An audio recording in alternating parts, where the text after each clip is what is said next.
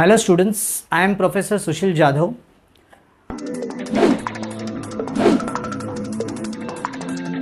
Hello students, I am professor Sushil Jadhav. आज हम बहुत इम्पॉर्टेंट टॉपिक के ऊपर डिस्कशन करने जा रहे हैं और ये टॉपिक है आपके T Y B com semester 6 exam से रिलेटेड। तो T Y B com semester 6 exam में जो आपका इनडायरेक्ट टैक्स ये पेपर है, ये सब्जेक्ट है, इसके ऊपर हम डिस्कस करेंगे।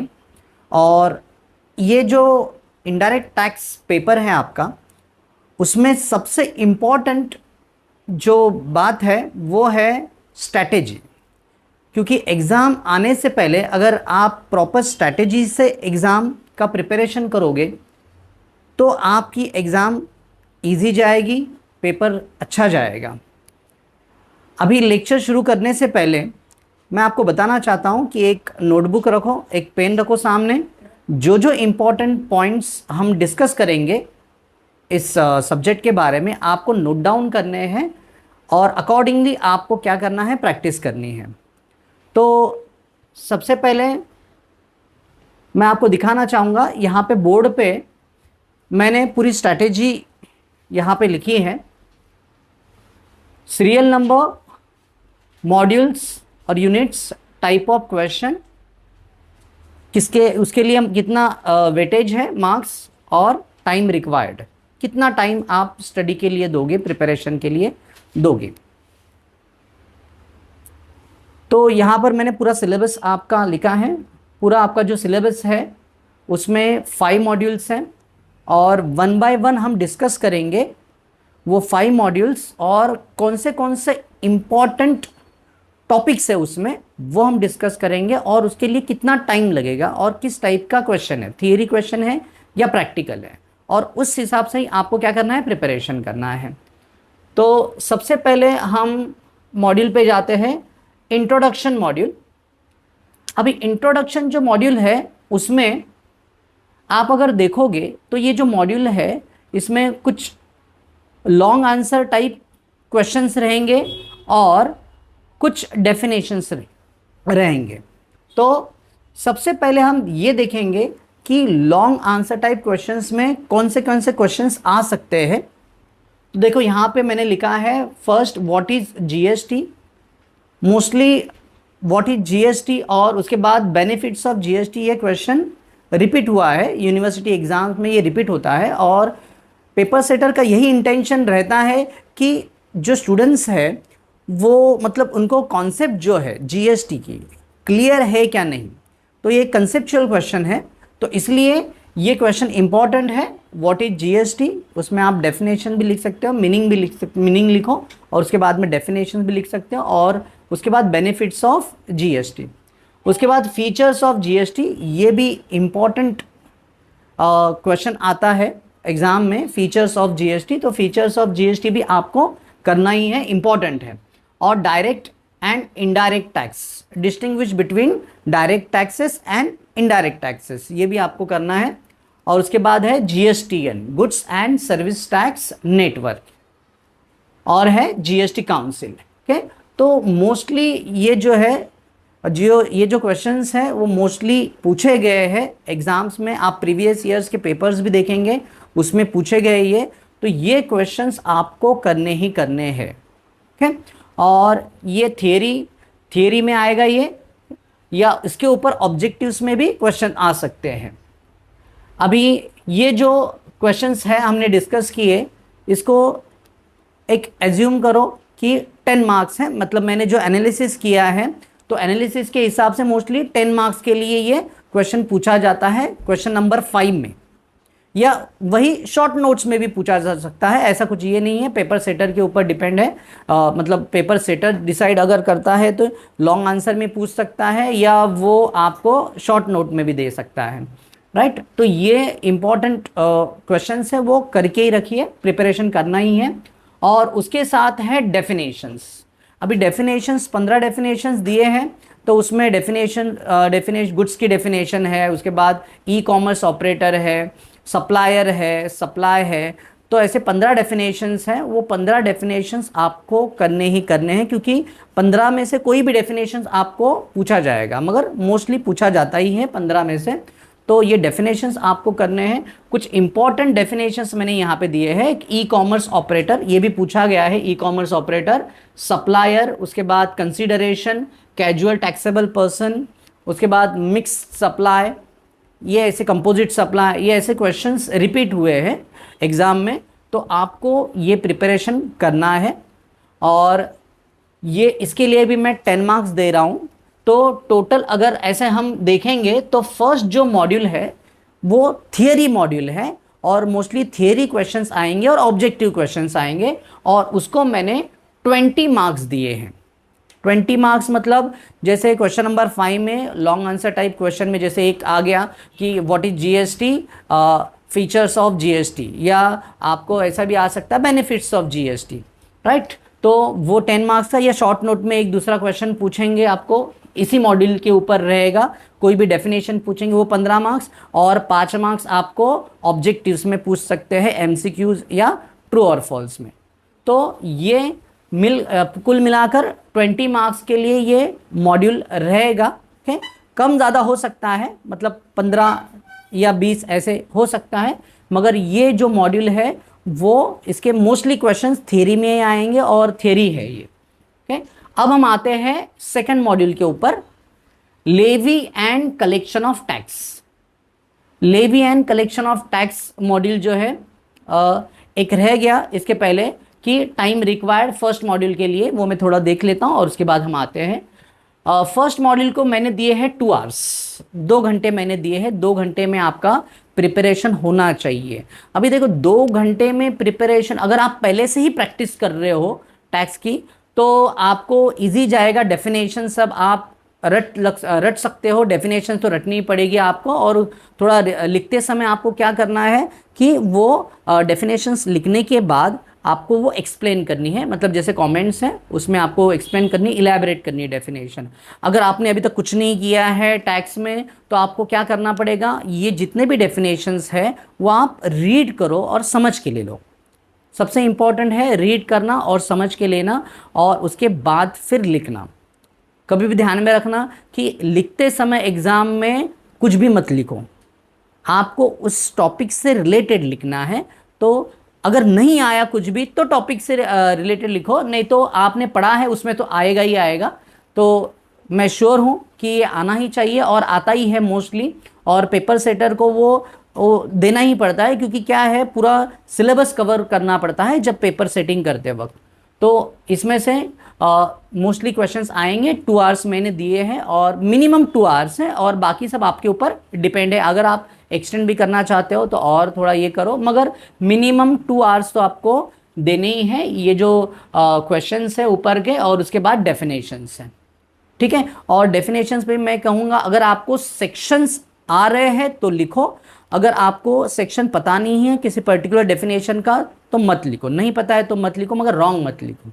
आ रहा है तो लिखना है, नहीं तो नहीं लिखना है, मगर जो डेफिनेशन है वो आप डेफिनेशन लिखो। ओके, पहले से प्रैक्टिस करते आ रहे हो तो ठीक है, पहले से प्रैक्टिस करें तो आप रट सकते डेफिनेशन। लास्ट मोमेंट पे रटने के चक्कर में मत जाओ, आप डायरेक्टली वो रीड करो। डेफिनेशन रीड करना इंपॉर्टेंट, समझ के लेना इंपॉर्टेंट है, और फिर लिखो, ठीक है। तो अब हम आते हैं सेकेंड मॉड्यूल के ऊपर, levy and collection of tax. अब ये जो levy and collection of tax, levy मतलब क्या है? लेवी मतलब टैक्स लगाना, टू इम्पोज टैक्स।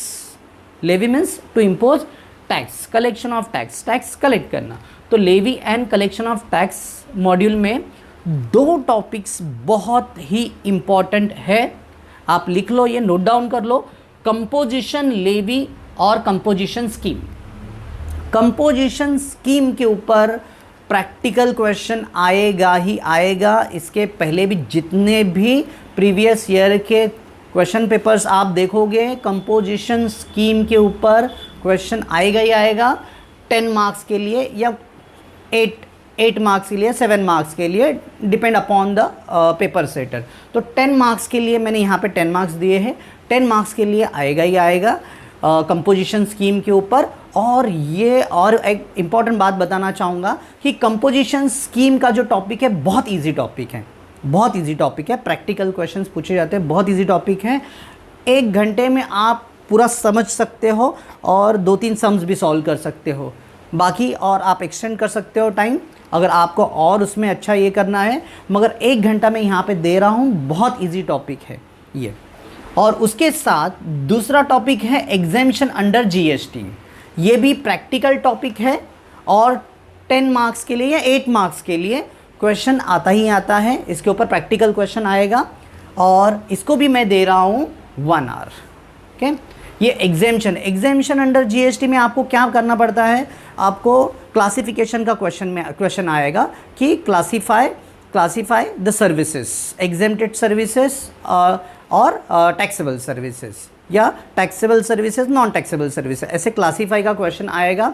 या आपको ऐसा भी दिया जाएगा कि सभी ऐसे सर्विसेज दिए जाएंगे और सर्विसेज के बाद आपको नीचे रेट ऑफ जीएसटी दिया जाएगा। आपको क्या करना है, वैल्यू ऑफ टैक्सेबल सर्विसेज निकालना है और उसके ऊपर आपको जो भी जीएसटी का रेट रहेगा वो कैलकुलेट करके जीएसटी निकालना है, राइट।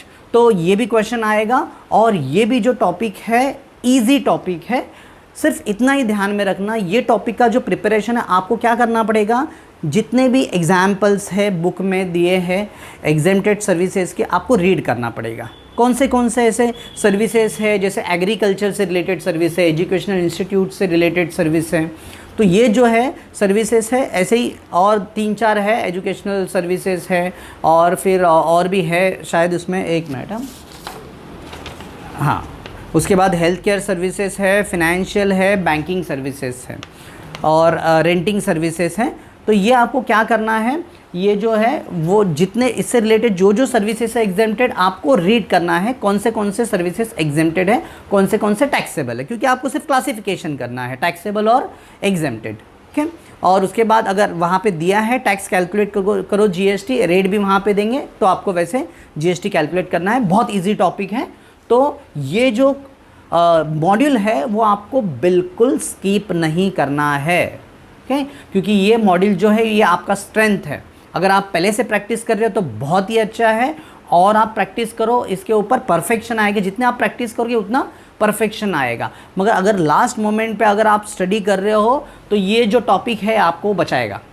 ये टॉपिक जो है पासिंग स्कोर करने के लिए आपको बचाने वाला टॉपिक है। तो ये दोनों तो आपको करने ही पड़ेंगे और बहुत इजी भी हैं, ओके। और इसके लिए मैंने दिए हैं 2 hours, 1 hour for composition scheme and 1 hour for exemption under GST. तो 2 घंटे मैंने इसको दिए हैं, इतना टाइम आपको लगेगा मिनिमम, ओके।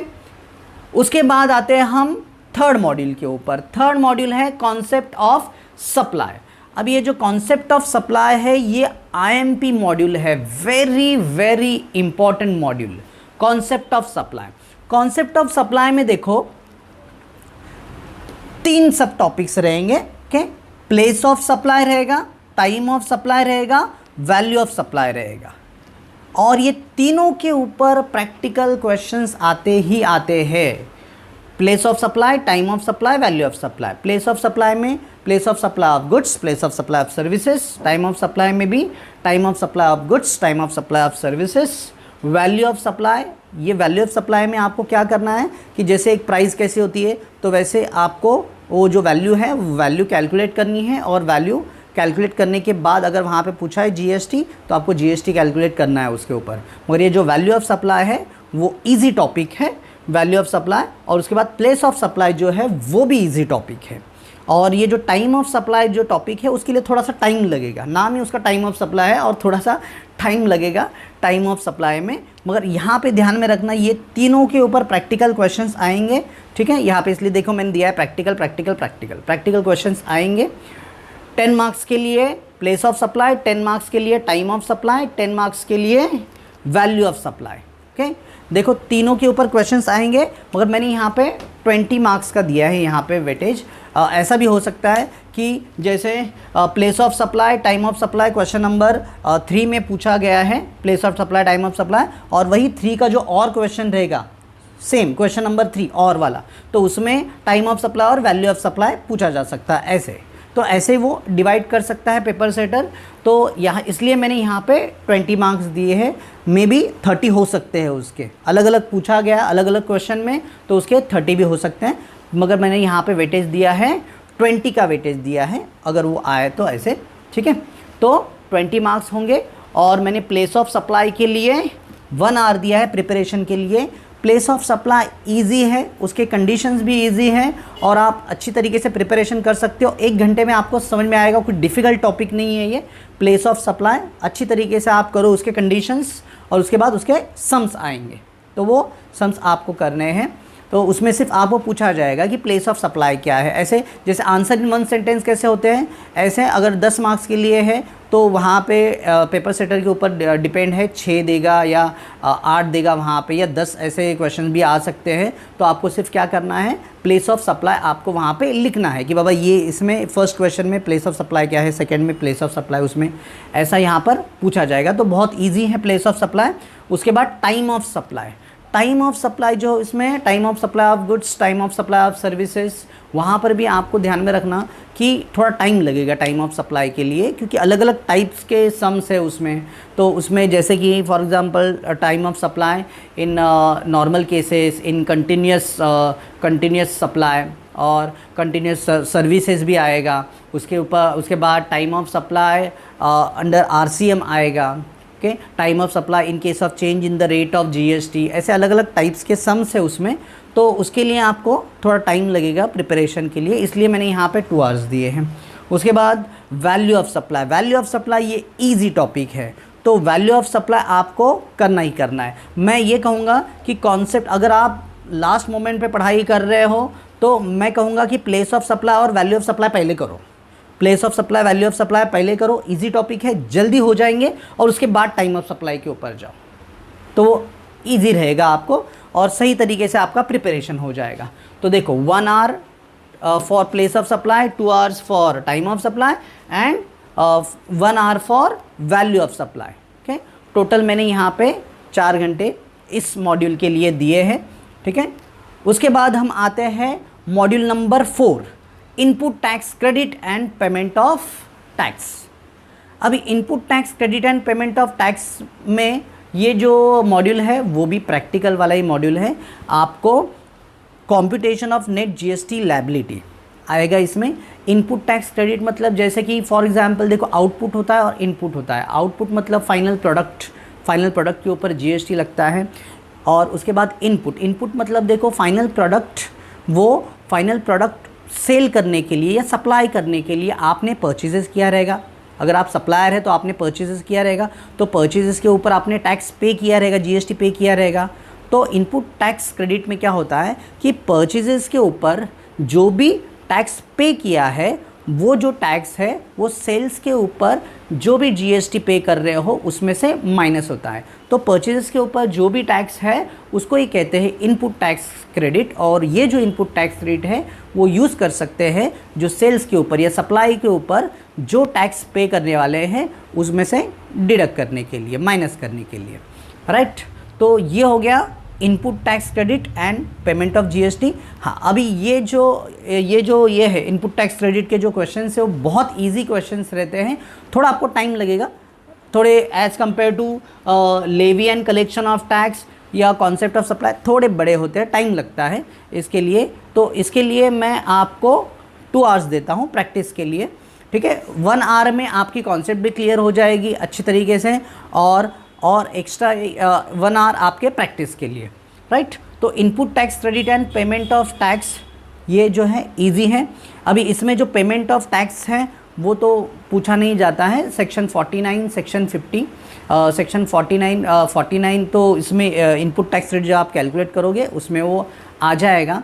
जैसे कैश लेजर हो गया, electronic cash ledger, electronic credit ledger और इलेक्ट्रॉनिक लायबिलिटी लेजर, वो उसमें आ जाएगा। इनपुट टैक्स क्रेडिट आप करोगे और उसके बाद delay in interest on delay in the rate of delay in GST और delay interest on delay in payment in GST, right. तो वो जो है मोस्टली नहीं पूछा जाता, मगर इनपुट टैक्स क्रेडिट के जो प्रैक्टिकल क्वेश्चंस हैं वो आएंगे ही आएंगे, ठीक है। तो आपको ये करना है, ईजी है ये, और उसके लिए मैंने आपको पहले ही कहा है 2 आवर्स दिए हैं मैंने।